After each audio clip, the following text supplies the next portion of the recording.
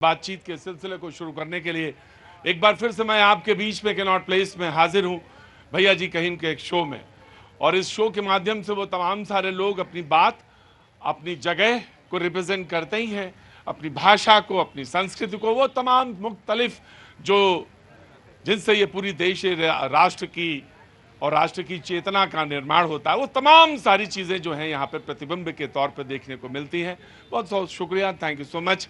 कहाँ से आना हुआ आपका? बिहार से, सिवान से हैं।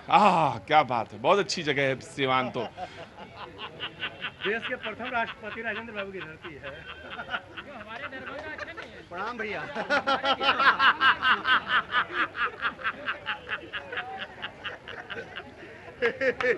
बहुत सुंदर लग रहे हैं आप।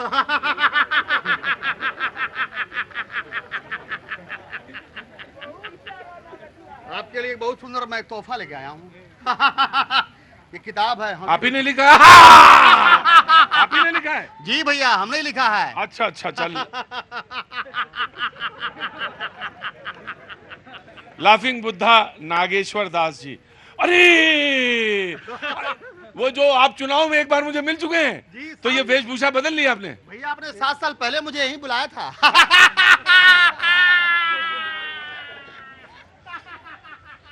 बाप रे बाप, बड़े बड़े विचित्र लोग। देखिए किताब।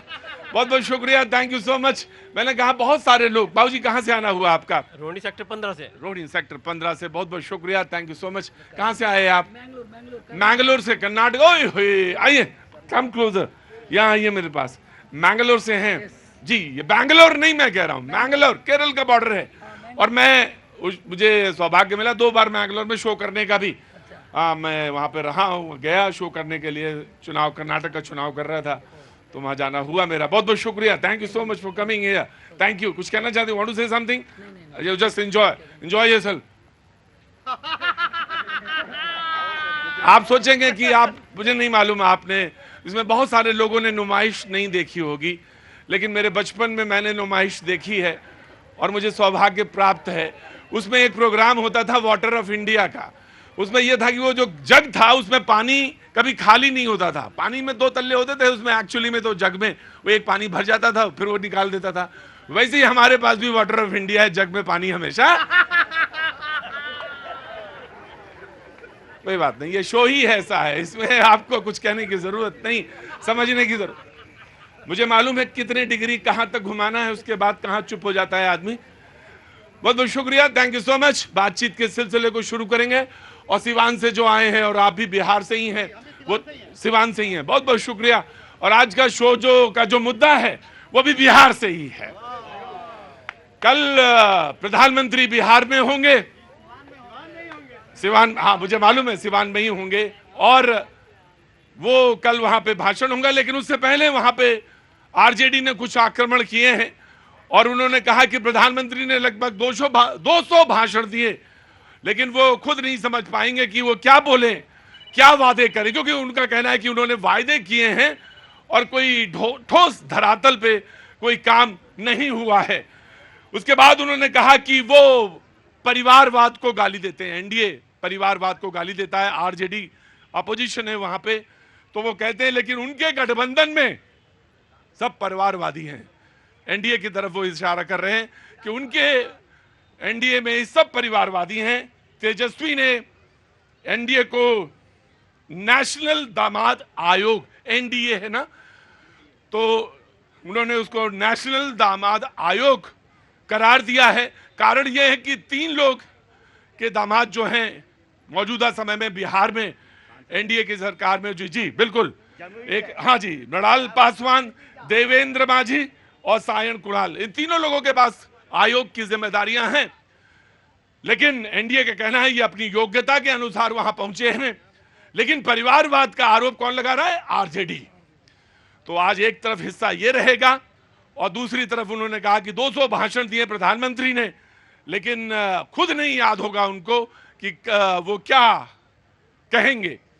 बहरहाल जो आज मेहमान है मैं उनसे तारुफ करा देता हूं। टीना करमवीर कांग्रेस का पक्ष रखेंगी, बहुत बहुत शुक्रिया। अनुरुद्ध प्रताप जी बीजेपी का पक्ष रखेंगे, बहुत बहुत शुक्रिया। राजीव चौधरी जी आम आदमी पार्टी का पक्ष रखेंगे, कुछ दिन पहले आए थे, बहुत बहुत शुक्रिया, thank you so much. Rahul Lal ji पत्रकार हैं, बहुत बहुत शुक्रिया, thank you so much. Surya Maithil, बहुत बहुत शुक्रिया, थैंक यू सो मच। इनके नाम ही में मैथिल है तो ये बिहार से ही हैं। डॉक्टर मोहम्मद बिलाल साहब राजनीतिक विश्लेषक हैं, बहुत बहुत शुक्रिया, थैंक यू सो मच। बातचीत का सिलसिला शुरू करते हैं। बिहार की राजनीति जो है गरमाई हुई है, चुनाव होने, ऑफकोर्स चुनाव होने और भूमिका तय की जा रही है। और वो ये कहते हैं कि विपक्ष ये कह रहा है वहां पे कि क्योंकि चुनाव होते हैं इसीलिए वो यहाँ बार बार आते हैं। तो सबसे पहले तो जो विपक्ष ने आरोप लगाया है, तो पहले तो एक कांग्रेस का, बीजेपी के पास आता हूँ जी। देखिए, कल मोदी जी जा रहे हैं, उनका ढेर सारा स्वागत है, लेकिन बिहार वासी उनसे एक सवाल पूछना चाहते हैं कि साहब ये पलायन कब रुकेगा? क्यों बिहार की जनता दूसरे राज्यों में जा जाकर नौकरियों के लिए दर दर भटक रही है? क्यों सिर्फ और सिर्फ विकास तो होगा गुजरात में, लेकिन शर्म जाएगा बिहार का, ऐसा क्यों? और पूछा जाएगा उनसे कि आप भाषणबाजी कर जाते हैं लेकिन उन वादों को निभा के नहीं जाते हैं, क्योंकि अगर आप अपने 200 भाषणों को सुनेंगे मोदी जी तो उनको खुद शर्म आ जाएगी कि उन्होंने कितने वादे कर दिए लेकिन बिहार वासियों को एक भी वादा पूरा नहीं कर पाए। और महंगाई पर भी सवाल पूछा जाएगा, रोजगार पर भी सवाल पूछा जाएगा, और लगातार जो धाए धाए करके जो गोलियां चल रही है ना, लॉ एंड प्रशासन पर भी सवाल पूछा जाएगा। आप बिल्कुल नीतीश कुमार जी से भी सवाल पूछा जाएगा। और ये जो नेशनल दामाद आयोग जो उन्होंने बना रखा है, और नेशनल दामाद आयोग ही क्यों, उन्होंने तो मेहरारू आयोग भी बना रखा है, उन्होंने तो जमाई आयोग भी बना रखा है, और अब एक और भी बना है, पापा की परी आयोग भी। ठीक है, ये सवाल जो हैं कांग्रेस के हैं और विपक्ष के, कहना चाहिए INDIA के। जी जनाब अली। धन्यवाद। पहले तो आपको और पूरे देश को भारत माता की जय, वंदे मातरम। ये जो दामाद आयोग चिल्ला रहे हैं, वो ससुराल पार्टी के लोग हैं जो कि अपनी बपौती बिहार को समझ रहे थे। अब आप समझिए कि MLC के पद अपने साले को बांट दिए, अपनी पत्नी को उन्होंने मुख्यमंत्री बना दिया, खुद वो सांसद रहे, उनकी पार्टी में राष्ट्रीय अध्यक्ष कौन, वो विधायक कौन, नेता प्रतिपक्ष कौन, और साथ में उत्तर बिहार के जब बनाने पे आए तो उप मुख्यमंत्री कौन। तो ये जो दूसरों पे उंगली उठाते हैं, उनको पहले ये सोचना चाहिए कि उनकी गिरहबान में कितनी कालक है। राइट, मैं आया जी, मैं आता हूँ जी, मैं आ रहा हूँ। मुझे लगता है कि सांसद तो जनता चुनती है, लेकिन इनको ये नहीं पता, लेकिन जिस तरीके से नॉमिनेट करके आप किसी को भी चुन रहे हैं, तो ये तो सिर्फ नेशनल चुने हुए लोग, भाई जिन्होंने नाम हमने बताया तीनों लोग चुने हुए लोग। नहीं, ये तो दामाद आयोग के ही तहत चुने गए हैं। इनमें कोई काबिलियत का बिहार की जनता में नहीं है। और लोग हैं जो आम लोग हैं, उनको क्यों नहीं चुन सकते हैं? लेकिन अच्छा, ये सवाल आप पूछ रही जो राबड़ी देवी के मतलब इंतजार ना कर पाई, राबड़ी देवी को मुख्यमंत्री बना दिया, ये सवाल आप पूछ रही हैं। ये है जनता चुनती है उनको, लेकिन यहाँ तो एनडीए से रिश्ता होना जरूरी है। अगर आप एनडीए का हिस्सा नहीं है तो आप नहीं चुने जाएंगे। राइट। नहीं तो Congress will respond, BJP will respond. देखिए, जब कांग्रेस ये सब बातें करती है तो ऐसा लगता है कि जैसे 100 चूहे खा के बिल्ली हज को चली। ये हालत है कांग्रेस की। जो कांग्रेस की पार्टी ही परिवार पे टिकी हुई, परिवार, नेहरू जी, इंदिरा जी, राजीव जी, राहुल जी, प्रियंका वाड्रा जी, कितने जी आएंगे, मतलब पूरा उन पे। राहुल जी को तो आप जन्मदिन की बधाई दीजिए पहले। जन्मदिन की बधाई हो, 55 साल की युवा को मेरी तरफ से हार्दिक बधाई है। चिर युवा बस नो उसके बाद कमेंट नहीं होगा। वो यशस्वी हो, आगे बढ़े और कांग्रेस कैसे पतन की ओर लेके चले, हमारे लिए अच्छा रहेगा। देखिए, दूसरी चीज है, जब वो तेजस्वी यादव जी, बस सिंपल सा बस इतना पूछना चाहता हूं, आपका बड़ा चैनल है, आपके माध्यम से पूछना चाहता हूं, तेजस्वी जी अपने घर का पता तो बता दें भाई। अगर कोई कलर का भी फॉर्म भरता है तो अपने उसमें लिखता पिता का नाम, माता का नाम, सबका नाम लिखता है, पता तो बता दें। तेजस्वी यादव जी के पिता कौन नहीं बता रहे होंगे? लालू प्रसाद यादव जी मुख्यमंत्री रहे 1990 से 2005 तक, उनकी माता जी मुख्यमंत्री थी। मतलब 118 नरसंहार का हिसाब वो देने नहीं आएंगे, वो नहीं देने आएंगे। IRCTC घोटाला के जवाब देने नहीं आएंगे, सुजाता टेंडर का वो जवाब नहीं देने आएंगे, कि लैंड फॉर जॉब का जवाब देने नहीं आएंगे। और मजेदार चीज है, अरे खुद तो मॉल और लैंड के केस में खुद तेजस्वी जी फंसे पड़े हुए हैं। वो परिवार जिनमें इनके मामा जी सुभाष जी कहां, चंपा देवी के MLC बना दिया, और पता चला कि चंपा देवी से पत्रकारों ने पूछा कि MLC होता क्या है। ये इनके परिवारवाद का हाल है। लेकिन लालू जी ने प्रदेश की जनता को ठगा, अपने समाज को ठगा, अपने कहते बिरादरी को भी ठग लिया। आज वही दोनों बेटों के बीच में हो रहा है।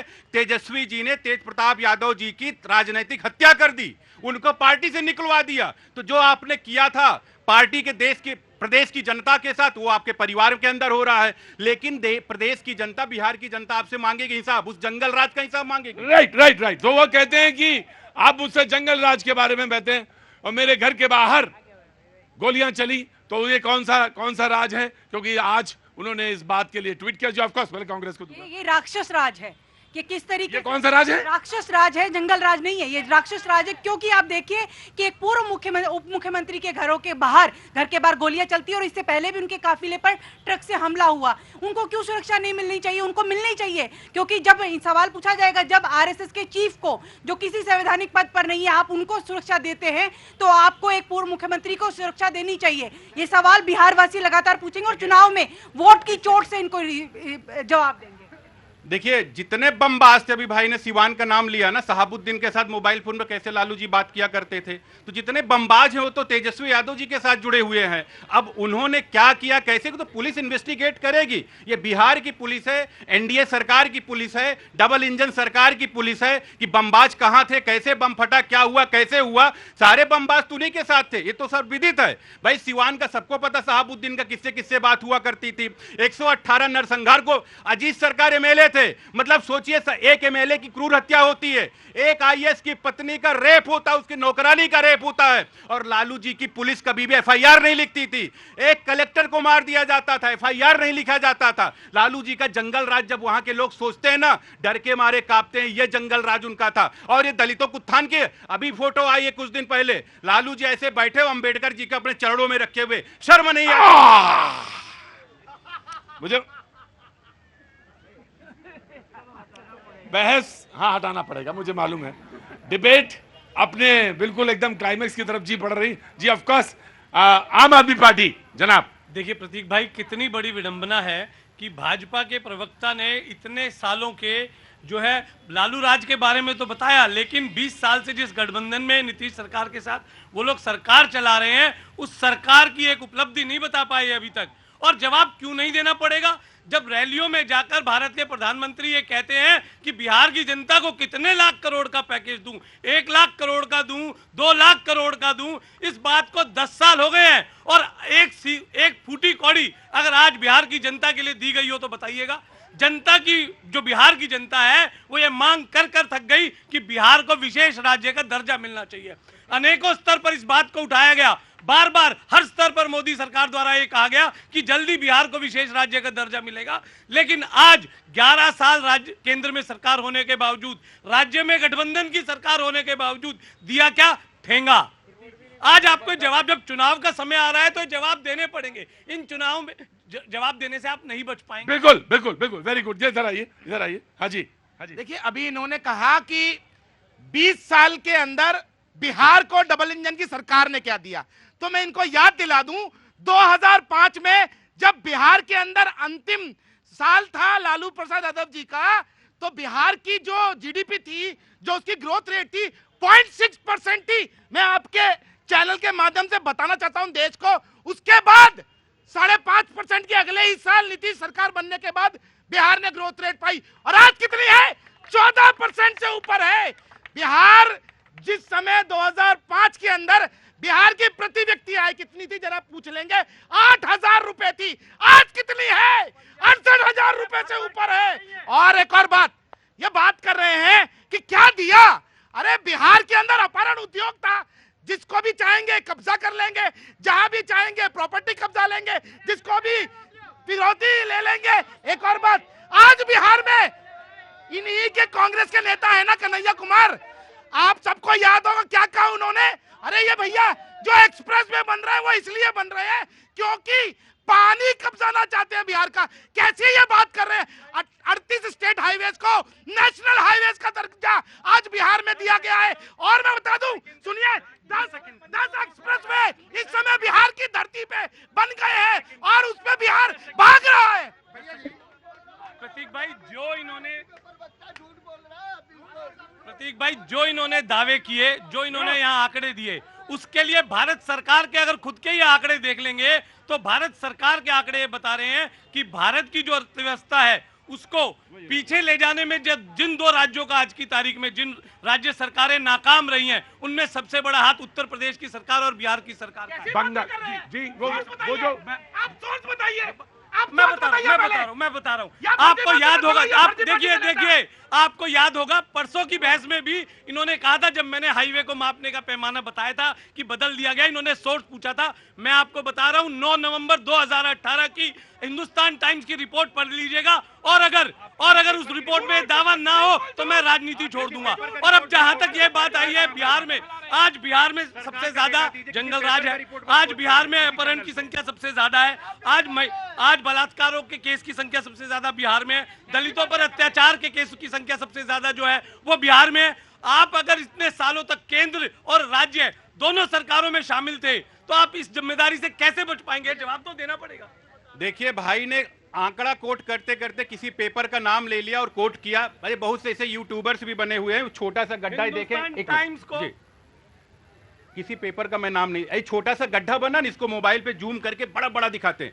बताता हूं क्या मिला है। इस डबल इंजन सरकार नरेंद्र मोदी नीतीश कुमार की सरकार ने क्या दिया? जंगल राज से बिहार को मुक्त कराया, सुशासन की तरफ दिया। दरभंगा के एम्स मिला, बिहटा के एयरपोर्ट मिलता है। आज एशिया का सबसे बड़ा हॉस्पिटल कौन सा है? 5500 बेड का पीएमसीएच बन रहा है, 5500 बेड का पीएमसीएच बन रहा है। 6 से ज्यादा एयरपोर्ट उड़ान स्कीम के थ्रू मिला। 13,000 से ज्यादा मेगावाट का प्रोडक्शन बिजली का हो रहा है। 38 जिला में 8,000 ग्राम पंचायत ऑप्टिकल फाइबर से कनेक्ट होती हैं। वहां की क्षेत्र पंचायतें ऑप्टिकल फाइबर से कनेक्ट होती है। कॉमन सर्विस सेंटर दिया गया, वहां पे हर क्षेत्र में ग्रामीण बैंक दिया गया। 6,000 से ज्यादा माध्यमिक विद्यालयों का नवीनीकरण किया गया। 350 से ज्यादा डिग्री कॉलेजों के नवीनीकरण नए बनाए गए। आप कहते हैं विकास को क्या मिला? वहां पे मिलता है 3 लाख से ज्यादा टीचर की भर्ती की जाती है। 12 लाख सभी कैबिनेट ने 2024 में प्रूव किया सरकारी नौकरी देंगे। और आपने क्या दिया था? गुंडा राज, जंगल राज। अरे गजब की बात करते हैं। कांग्रेस से वामपंथ से नफरत करती थी और लालू यादव कहते थे कांग्रेस से नफरत करती थी। आज वामपंथ चढ़ बैठा कांग्रेस पर, कांग्रेस चढ़ बैठी लालू पे। जी देखिए, तमाम इन्होंने लंबे लंबे आंकड़े गिना दिए। कल माननीय प्रधानमंत्री जी सिवान जाने वाले हैं। सिवान के आंकड़े को ही ले लीजिए। देखिए, शहाबुद्दीन के समय को याद बड़ा जोर शोर से दिलाया जा रहा है। पिछले 40 दिनों में सिवान में दिन दहाड़े 13 मर्डर की घटनाएं घटी है। वहां पर 19 आपराधिक घटनाएं घटी हैं। 13 में से 10 घटनाएं दिन दहाड़े घटी हैं। वहां पर बिहार पुलिस के आंकड़े दे रहा हूं सर, एकदम एक भी आंकड़े गड़बड़ हो तो मैं माफी मांगने के लिए तैयार हूं मैं।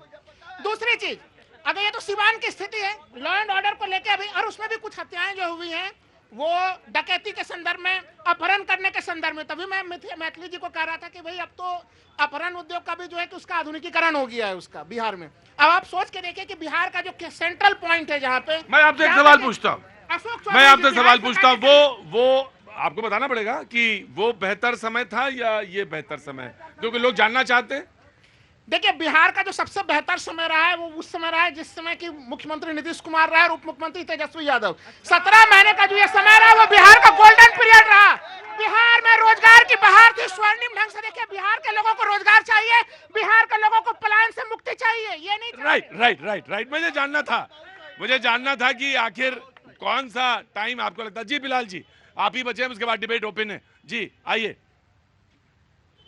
सभी लोगों ने अपनी बात कही, आप भी अपनी बात कही है, मैं भी अपनी बात कह रहा हूं। लेकिन चूंकि मैं पसमानदा मुसलमानों से आता हूं, तो कल एक बड़ी हैरत की बात हुई। हाँ जी, वो मुसलमानों को वोट बैंक मान रखा है लालू यादव जी ने और इनके परिवार वालों ने। वोट तो हमारा है और राज करें ये। प्रतिपक्ष के नेता बने इनके परिवार के लोग। एनडीए की परिभाषा इन्होंने दी है, नेशनल दामाद आयोग। जैसी जाकी दृष्टि वैसी वाकी सृष्टि, क्योंकि ये लोग ऐसा करते आए हैं। अब ये बताइए, जो मुसलमान है वो सिर्फ इनका बंधुआ मजदूर है क्या? वोट इनका और वोट हमारा और राज इनका। मकान बनाए हम, रहे ये लोग, जूता सीले हम, पहने ये लोग, और वोट हमारा और सत्ता इनकी। तो भैया ये दूर से मजा लेना, पास मत आना। दूर से मजा लेना। मुझे मालूम है बिहार का चुनाव है ये, और बिहार का चुनाव बहुत मजेदार इस बार होना। एक minute, you have to wait, you have to wait. हाँ जी, आइए, पूरी बात करिए, उसके बाद कर। रुको भाई, शराब पी के नहीं आया करो जी, मुझे मालूम है। देखिए सर, 2 मिनट में अभी टेस्ट करवाएंगे। पीछे जाओ, गार्ड लेके जाओ इस आदमी को। हाँ सर, चुनाव जो है वो लोकतंत्र का त्योहार है, लेकिन चुनाव के अंदर क्या किया है कि इन्होंने लालू यादव जी हों, ये अपने जो हैं जो भी मुसलमानों के हितैषी बनते हों, मैं आपके मंच के माध्यम से पूछना चाहता हूं, चैनल के माध्यम से, धारा 341 पर ए मुसलमानों के हमदर्दों, चाहे वो कांग्रेस हो या राष्ट्रीय आरजेडी हो, तो मैं बताना चाहता हूं कि मुसलमान जाग चुका है, मुसलमान ने करवट बदल ली है। अब तुम डराओगे, धमकाओगे, हम धमकने वाले और डरने वाले नहीं है। हमारे वोटों पर तुम्हारी राजनीति नहीं चलेगी। बिलाल साहब, बस बिल्कुल आप ही का इंतजार कर रहा था सारा मुसलमान, आपने बोल दिया तो बिल्कुल करवट अब बदल लिया, बिल्कुल इंतजार कर रहा था मैं। हाँ। और अब हम जो है बदला लेंगे। नहीं नहीं नहीं नहीं मुसलमान नहीं नहीं नहीं नहीं भाई, मुझे तो बस सिर्फ पता करना था कि कहाँ पे कौन सी रोटी पड़ी हुई है तावे पे, तुम्हें बोलना है। आज बोलो। बिहार में बहार है, फिर एनडीए की सरकार है। वो दिन याद करो जब 5 बजे के बाद लड़कियां पढ़ने नहीं जाती थी। आज वो जंगल राज खत्म करने वाले, आज बिहार में सुशासन की सरकार है। बिहार में गंगा जमुना बह रही है, बिहार में हाईवे बह रहा है, बिहार में एम्स बह रहा है, तो दिल दुख रहा है। इन एनडीए की ये जो पार्टियां हैं, ये सिर्फ नाम जो है ना इंडिया गठबंधन, ये इंडियन आतंक। ठीक ठीक ठीक ठीक। हाँ जी, मैं आया बिहार से, आए सीवान से। हम देख रहे हैं पक्ष विपक्ष दोनों पार्टियों को। हाँ देखिए, आप रिपोर्ट किधर करेंगे? हम देख रहे हैं कंपैरिजन जो हम कर रहे हैं। हाँ। 5 साल जो नीतीश कुमार जी ने जो सरकार चलाई वो बहुत अच्छी चलाई, जो शुरुआती चला इनकी सरकार थी। लेकिन उसके बाद जो उनका जो कार्यकाल रहा वो थोड़ा ढुलमुल तरीके से रहा। और जो तेजस्वी जी के साथ इन्होंने गठबंधन किया, उसमें भी ये अपने आप को दबे हुए और तरह तरह के मैंने पिछले हुए महसूस हुए। आज वे पूरे स्वतंत्र हैं और खुले दिल से जितनी बहालियाँ हो रही है, शिक्षक की बहाली हो रही है, अभी जी बहाली की घोषणा की है, लाइब्रेरियन की बहाली की जो घोषणा। क्या काम करते हैं आप? हम शिक्षक है, पत्रकार भी रहे हैं। पत्रकार है वर्तमान। नहीं अभी वर्तमान में क्या है? टीचर है। तो अच्छा किया आप टीचर हो गए। हाँ पत्रकार, हाँ जिला रिपोर्टर नहीं बहुत अच्छा, बहुत कोई चैनल के भी हो आप, बहुत अच्छा काम किया आपने। और अब आप शिक्षक हो गए, पत्रकारिता छोड़ दी आपने, बहुत बढ़िया किया। कुछ ऐसा ही था तो बताओ हम भी।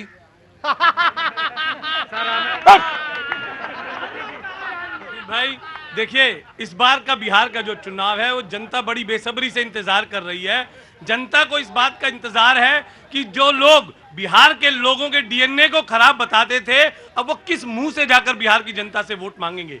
जिन लोगों ने ये कहा था कि हम मर जाएंगे लेकिन दोबारा एनडीए के गठबंधन में चुनाव नहीं लड़ेंगे, वो लोग अब किस मुंह से जाकर वहां पर वोट मांगेंगे। इस बात के लिए पब्लिक जो है वो बिल्कुल तैयार बैठी है। पब्लिक इस बार वेट कर रही है कि जैसे ही इस तरीके के लोग जो पिछले चुनाव में उनके सामने इस तरीके की बातें लगकर लोगों को बेवकूफ बनाकर वोट ले गए, इस बार जनता पूरी बेसब्री से इंतजार कर रही है। और इस बार जनता ऐसा जवाब देगी जो इतने साल से 20 साल से वहां कुशासन चल रहा है और ऊपर और नीचे जो गठबंधन की या ठगबंधन की सरकार चल रही है, उस ठगबंधन की सरकार को इस बार बिहार की जनता ऐसा जवाब देगी कि ये सरकार जो है दोबारा। राइट इधर आया। देखिए, मैं आ रहा हूं। सुई छल्ली कहे कि तेरे पेट में छेद। ये लोग जो कहते थे मैं कसम खाता हूं अपने बच्चों की, मैं गठबंधन नहीं करूंगा, मैं गाड़ी नहीं लूंगा, बंगला नहीं लूंगा, वो लोग यहां बैठकर ज्ञान बांट रहे हैं। एक और चीज, ये बिहार की बात कर रहे हैं, मैं जनता से कहूंगा एनसीआरबी का डेटा उठा ले। टॉप 10 राज्यों में भी नहीं है बिहार अपराध के मामले में। बिहार के अंदर आज की डेट में जितना ज्यादा क्राइम कंट्रोल्ड है वो कभी नहीं रहा। एक और बात मैं कांग्रेस पे कहना चाहता हूं, कांग्रेस की स्थिति इस समय में न 3 में है न 13 में है, पिछलग्गू पार्टी हो चुकी है। देश की सबसे पुरानी पार्टी आज देश के हर राज्य में अंडा होती जा रही है। और उनके जो नेता है वो किस प्रकार की बातें कर रहे हैं जनता देख रही है। पानी चुरा लेंगे, अरे भैया सड़कें खुदवाओगे। बिहार में जंगल राज का खात्मा केवल और केवल नीतीश जी और नहीं एक मिनट, जब माइक हटा लिया करे तो चुप हो जाया करिए। ये वोट तो बिहार का, लेकिन विकास गुजरात का। और ये कह रहे हैं एनसीआरबी का, क्योंकि सारी फैक्ट्रियां, नहीं सुनिए बीच में सारी फैक्ट्रियां कहाँ लगी हैं? गुजरात में। गुजरातियों को ही सब कुछ मिल रहा है, तो सवाल पूछा जाएगा ना कि आप जो है श्रम जो लेबर तो लेंगे बिहार का। इसलिए कह रही हूँ। दूसरी बात, एनसीआरबी की बात करिए इन्होंने, इनको इनसे पूछिए। मैं आ रहा। देखिए भाई, आप बिहार के हैं, बहुत अच्छी बात है, हम आपके बगल वाले प्रदेश के हैं, लेकिन मैं बिहार में जितना घूमा हूं, बहुत कम नेता भी घूमे होंगे, और बिहार में मैं ये कह सकता हूं, मेरे शो में बिहार का वही महत्व है जैसे दाल में नमक का, नमक खत्म दाल आप खाएंगे नहीं, तो मैं उसको इतना महत्व देता हूं। लेकिन मैं एक बात आपसे अवश्य कहता हूं, मैंने पिछली बार कहा था आपसे, लेकिन अगर आप श्रम का, मुझे मालूम है पूरी दुनिया में आपके श्रमिक, आपके लोग मौजूद रहते हैं, लेकिन चाहे वो प्राइवेट नौकरी हो चाहे वो सरकारी नौकरी, आप प्राइवेट नौकरी को हे दृष्टि से देखते हैं।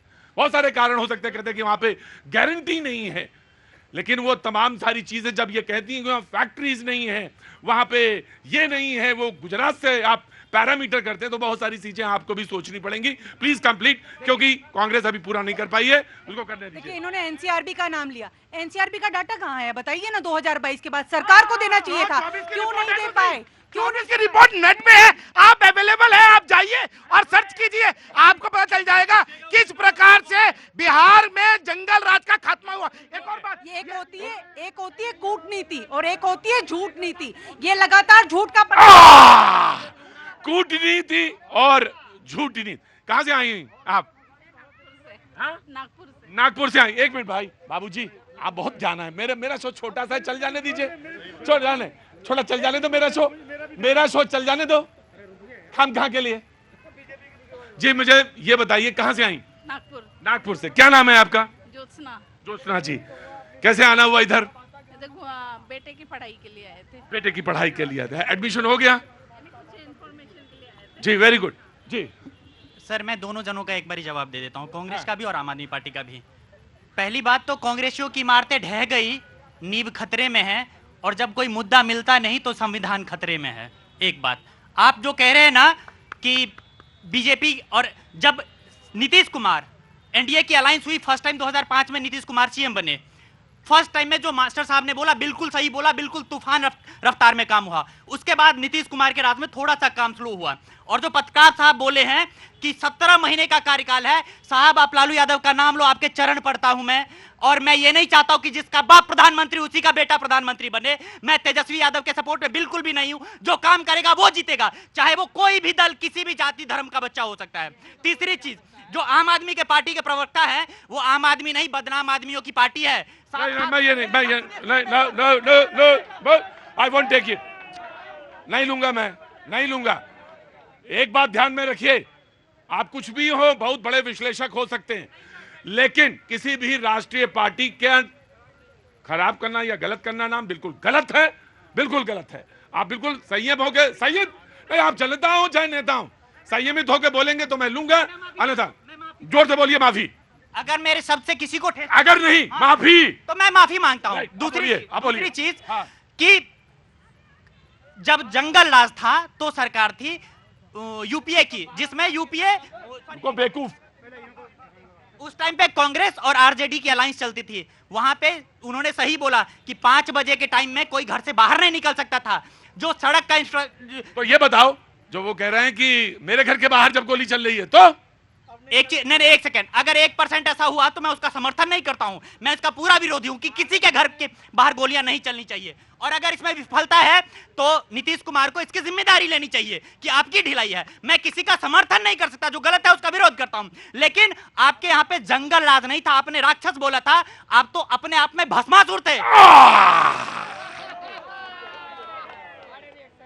हाँ जी, भी सुन लीजिए, नहीं सुनेंगे। मेरा एक सवाल है, अभी बीजेपी के प्रवक्ता ने बोला था कि हमने इतने एयरपोर्ट बनाए, इतने अस्पताल बनाए, लेकिन मैं उनसे 2 सवाल पूछूंगा। पहला कि जो आपने एयरपोर्ट बनाए, जो आपने अस्पताल बनाए, उसमें कितने लोग उड़े, कितने यात्री उड़ के गए, कितने लोगों ने उसका बेनिफिट लिया। दूसरा क्वेश्चन कि आपने दरभंगा में अस्पताल बनाया तो वहाँ पे कितने लोग आए, कितने लोगों का इलाज हुआ, उसका भी आंकड़ा आप दे दीजिए। दूसरा कि आप फोन से देख के बता रहे हैं, आप ग्रोक से पूछ रहे हैं, चैट जीपीटी से, आप ये भी बता दीजिएगा। राइट, ठीक, बिल्कुल जवाब दीजिएगा। जी जी देखिए, एक चीज तो अभी यहाँ पे कहा इधर। हाँ जी, बिहार के विकास को लेकर बड़ी लंबी चौड़ी बातें हो रही हैं, लेकिन बिहार के विकास को लोगों ने एक और पैमाने पे देखा है हाल के दिनों में। वहां पे पुलों को लोगों ने बिना बाढ़ के, बिना आंधी के, बिना पानी के, बिना तूफान के गिरते हुए देखा है बिहार में।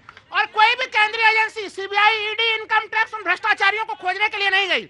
सर, मैं एक पत्रकार हूँ, भाई ऐसे नहीं होगा, ऐसे नहीं होगा। हाँ जी, इधर। सर एक पत्रकार हूं मैं तो दो राज्य उत्तर प्रदेश और बिहार की तुलना करता हूं। 2017 में उत्तर प्रदेश में योगी आदित्यनाथ आए, यहाँ पे जनता भी सहमत होगी, उत्तर प्रदेश का लॉ एंड ऑर्डर, और 2005 से बिहार में नीतीश कुमार हैं, वहां के लॉ एंड ऑर्डर की तुलना कर लीजिए। मैं तो तमाम खामियों के बावजूद उत्तर प्रदेश के लॉ एंड ऑर्डर को बिहार के लॉ एंड ऑर्डर से मैं बेहतर बताऊंगा। 17 से आके वो परिवर्तन कर दिया। चलिए आज माना तो इन्होंने। नहीं, मैं कह रहा हूं मैं, लेकिन भाई बिहार तो जंगल राज में है फंसा हुआ। क्यों इन्होंने एक बात और कही, वो टीचर कहाँ गए, चले गए।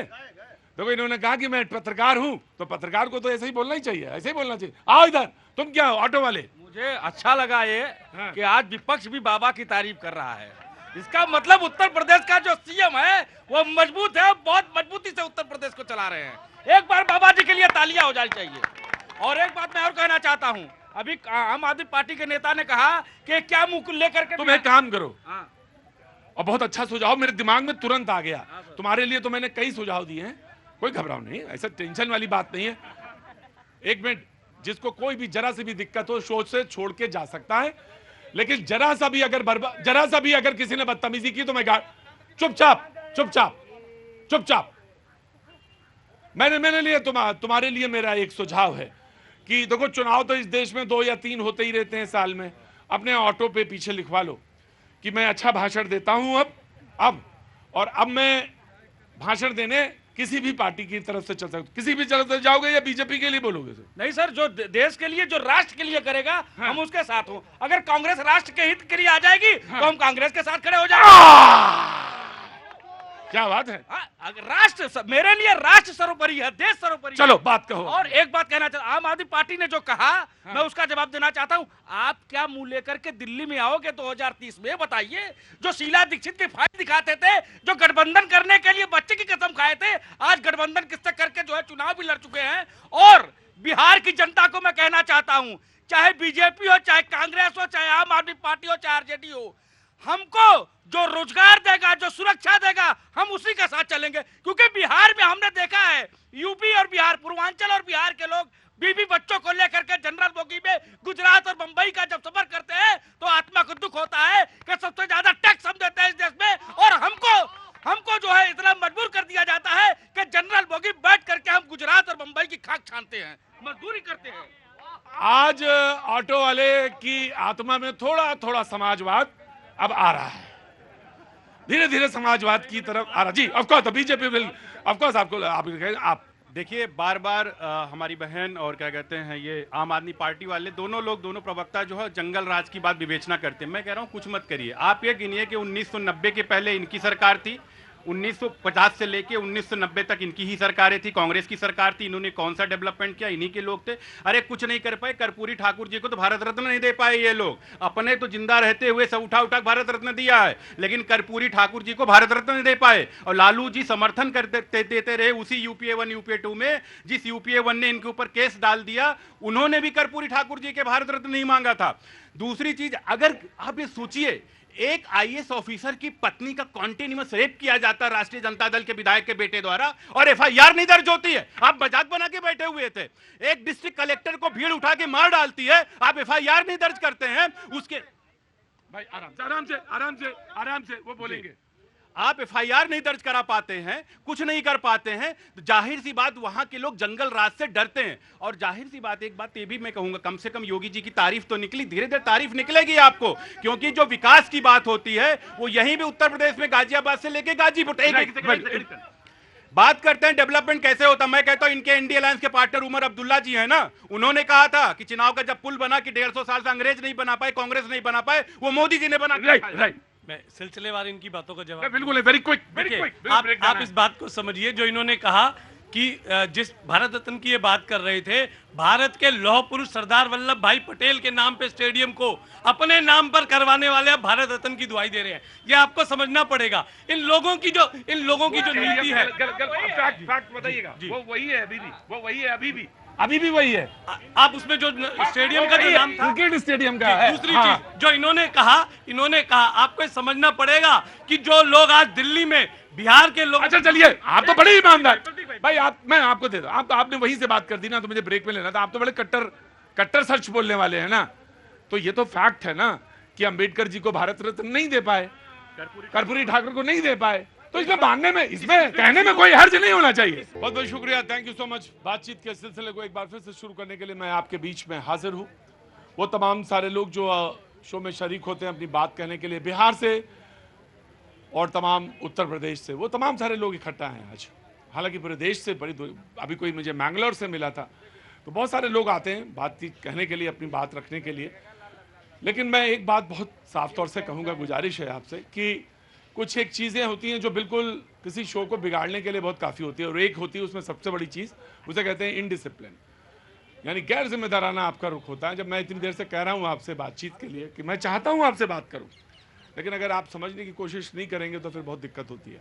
फिर आप कुछ भी हो, नहीं आपसे तो मैं बिल्कुल बात ही नहीं करूँगा। 100% आप चाहे इसको मान लीजिए, चाहे नाक रगड़ दीजिए, मैं आपसे बात बिल्कुल नहीं करूँगा।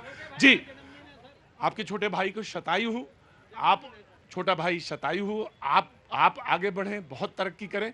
आप ट्रांसपोर्ट डिपार्टमेंट में पर्ची काटते हैं, उससे ऊपर बढ़ें, आप वहाँ के सुपरिटेंडेंट बने। लेकिन एक बात ध्यान रखें, लेकिन डिसिप्लिन में रहें।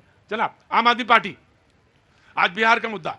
देखिए प्रतीक भाई, मैं क्योंकि अब ये जो मैंने बताया, इस बार का जो चुनाव है वो बिहार की जनता के लिए यक्ष प्रश्न होने वाला है, और इसीलिए बिहार की जनता को मैं एक शेर संबोधित। आप आम आदमी पार्टी हाथ मिलाएगी लालू प्रसाद यादव की पार्टी से? आम आदमी पार्टी पूरी तरीके से ऐलान कर चुकी है कि सभी 243 सीटों पर आम आदमी पार्टी स्वयं चुनाव लड़ेगी और जनता के बीच में अपना एजेंडा लेकर जाएगी। तो क्यों यादव जी के साथ क्यों नहीं आपने किया अलायंस?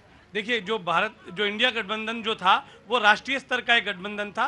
राज्य के हर चुनाव में चुनाव की स्थिति देखकर, राज्य की स्थिति देखकर पार्टी अपना फैसला ले। आम आदमी पार्टी चुनाव लड़ेगी। जी, मैं आ गया। जी, मैं आ गया बस। जी, देखिए, यही केजरीवाल जी थे, वो कसम खाते थे कि लालू जी का भ्रष्टाचार उजागर करके रखेंगे। बार बार फाइल लेके घूमा करते थे, चारा घोटाला, सुजाता होटल टेंडर घोटाला, लैंड फॉर जॉब घोटाला, ये सारी चीजें लेके चला करते थे। लेकिन पता चला जब मुख्यमंत्री कांग्रेस के साथ मिल गए तो कांग्रेस का तो जाहिर सी बात है करप्शन वाला ट्रांसफर हो गया आम आदमी पार्टी में। लालू जी के पास गए, चरण वंदना करके उनसे आशीर्वाद लिया। ये बताइए दिल्ली में घोटाला कैसे शुरू किया जाए। उसके दूसरे दिन से उन्होंने मधुशाला खोलना शुरू कर दिया, पाठशाला। देखिए कहा फिक्शन नहीं होगा, डिबेट होगी। अब आप फिक्शन लाएंगे बीजेपी वाले, मैंने बिल्कुल आपसे लूंगा, 100% आपसे लूंगा, क्योंकि इन्होंने फिक्शन शुरू किया। जो इन्होंने मधुशाला की बात की, जिस आम आदमी पार्टी की सरकार में 543 लिकर शॉप थी, आज वो जो संख्या है वो 748 पे पहुंच गई है, और ये मधुशाला की बात कर रहे हैं और ये व्यक्तिवाद की बात कर रहे हैं। मैं ये समझना चाहूंगा, जो मैंने पहले भी सवाल पूछा, आप किस मुंह से बिहार की जनता के सामने जाएंगे जब आपने आज से पिछले चुनाव में 5 साल पहले बिहार की जनता के डीएनए को ही खराब बता दिया। जिस पार्टी को आपने कहा कि हम मरते मरते मर जाएंगे लेकिन इनके साथ गठबंधन नहीं करेंगे, और प्रोग्राम राइट। देखिए प्रतीक जी, छीटाकशी से ऊपर उठकर हम बिहार की बात करें, ये विषय बिहार का है। बिहार में लगातार बोल रही थी कि क्या हुआ। जो बिहार जंगल राज से पीड़ित था, पिछड़ा था, पलायन हो रहा था। मैं मानता हूं कि पलायन सबसे बड़ी समस्या है, लेकिन आज बिहार जो है पूरे देश में कहां पर है? इस समय में इंडस्ट्रियल डेवलपमेंट में 12वें स्थान पर है। वो बिहार जहां पर कि शाम को 5 बजे के बाद कोई निकलता नहीं था, आज वहां पर 2023 दिसंबर में बिहार कनेक्ट हुआ, उसमें 600 से ज्यादा जो इंटरनेशनल कंपनी आई, 50,000 करोड़ रुपए के एमओयू हुए हैं। और एक भी और बताएं आपसे, बिहार में गिनी चुनी इंडस्ट्री थी। मैं अक्सर बिहार के टूर पे जाता था, जब मैं उत्तरी बिहार में था। एक बड़ी फेमस ब्रांड है टॉफी का। कहां से आते हैं आप? जिस चॉकलेट के बारे में सर, नहीं, मैं चॉकलेट नहीं, टॉफी की बात कर रहा हूं। मढ़ौरा बड़ा फेमस ब्रांड था। मैं अक्सर उसके पास से गुजरता था, मैं पूछता था कि ये क्या बनता था? बोले यहाँ पे टॉफी बनती थी, पूरा देश खाता था उस टॉफी को। वो ना जाने कहां पर कच्चे उड़ गए उसके, पता ही नहीं चला कब बंद हो गया, क्यों बंद हो गया। ऐसे ही एक शुगर मिल है, चीनी मिल। मैं नहीं मालूम, मुझे नहीं मालूम, अभी भी मालूम, उसका सामान बिकते हुए जरूर देखा मैंने। ये हाल है आपके सामने। मैं केवल ये जानकारी देना चाहता हूं कि इस समय बिहार के अंदर कौन कौन से एक्सप्रेसवे बन के तैयार हो गए हैं। लगभग Raxaul Haldia greenfield expressway, Gorakhpur Siliguri expressway, Patna Ara Sasaram expressway, Patna Bettiah expressway, Bakarpur Dumaria Ghat expressway, 6 lane का पटना का रिंग रोड और Munger Minjapur Chauki expressway, Assam Darbhanga expressway, Patna Ara Buxar expressway, जो कि बिहार में सड़क नहीं मिलती थी, आज वहां 10 से ज्यादा एक्सप्रेसवे हैं। आपको एक बात और बताऊं, बस प्रतीक भाई सॉरी आई एम सॉरी। जी जी, देखिए अब कल मोदी जी जा रहे हैं, आदरणीय मोदी जी, उनका मैं कहती हूँ फिर से स्वागत करती हूँ, लेकिन उनको युवाओं को एक रोड मैप दे के आना पड़ेगा, क्योंकि वो सिर्फ बिहार की जन की अपनी बात नहीं बोल देंगे, मन की बात करके उनकी जन की बात भी सुनेंगे, बिहार वासियों की, और उनसे ये भी पूछा जाएगा मुजफ्फरपुर में जो दलित बेटी के साथ जो हुआ उसको न्याय क्यों नहीं। मैं आपकी इस बात से सहमत हूं कि विजन, युवाओं को विजन जरूर दे के आना चाहिए, 100% दे के आना चाहिए, और उसके लिए उसको गारंटी भी लानी चाहिए, क्योंकि 11 साल से आप प्रधानमंत्री हैं, टकटकी लगाए किसकी तरफ देखें, तो आपकी जो आपसे जो उम्मीदें रखें, उन युवाओं की उम्मीदों को पूरा करने की ऑटो वाले देखिए, बार दलित की बात करते हैं। मैं कह रहा हूं अंबेडकर जी की फोटो को अपने पैरों के नीचे रौंदा लालू जी ने। महादलित का आप सम्मान नहीं करते, दलित का आप सम्मान नहीं करते, पिछड़े वर्ग का सम्मान नहीं करते। ये तो न्याय होना ही चाहिए और न्याय होके रहेगा। जिस लोकसभा का चुनाव हुआ, तेजस्वी यादव राष्ट्रीय जनता दल निपट गई, विधानसभा का चुनाव हुआ, वो लोग निपट गए। आने वाले चुनाव में लोग वहां के देंगे, पूछेंगे कि आपने कर्पूरी ठाकुर को सम्मान क्यों नहीं दिया, आपने अंबेडकर जी को सम्मान क्यों नहीं दिया, आपने महादलित लोगों को सम्मान क्यों नहीं दिया, अति पिछड़ा वर्ग को सम्मान क्यों नहीं दिया। ये लालू जी से पूछेंगे, और उनकी जातियों को भी सम्मान नहीं मिला। भारत के राष्ट्रपति को राम मंदिर के उद्घाटन में ना बुलाने वाले आज यहाँ दलित सम्मान की दुहाई दे रहे हैं। राइट, टेकिंग योर पॉइंट जी। दलितों की राजनीति करने वाले आज फॉर्च्यूनर में घूम रहे हैं और दलित बेचारा आज भी सड़कों मैं पर तुमसे ये पूछ रहा हूँ, इनसे ये सवाल पूछो कि जम्मू कश्मीर में जब 35 से हटी, जो आज दलित की इतनी चिंता दिखा रहे हैं, उनको अधिकार नहीं मिलता था। अधिकार था नहीं वोट डालने का। पसमानदा हाशिए पे खड़े वाले लोग ये सवाल पूछे तो मुझे समझ में आता है, तो उस पर क्यों नहीं जिक्र करते, जिसको वोट डालने का अधिकार ना हो इतने साल की आजादी के बाद। तो मैं पूछा, ये आजादी के बाद हुआ, ये सत्य बात है कि वहाँ कश्मीर में दलितों के साथ अन्याय हुआ, उनको वोट नहीं दिया जाता, उन्हें हिंदुस्तान की आर्थिक जो उनको मिलता है सरकार की तरफ से, वो भी उनको नहीं मिलता था, उससे भी वंचित रहा। कई सारी स्कीम। हाँ, और एक बात कहना चाहता हूँ, मैं दिल्ली की बात करना चाहता हूँ सर। जो चुनाव है यहाँ पे, चुनाव नहीं है, लेकिन दिल्ली में समस्या है क्या? जो ओला, उबर, रैपिडो को, बाइक ओला को बंद कर दिया है, सुप्रीम कोर्ट ने फटकार लगाई।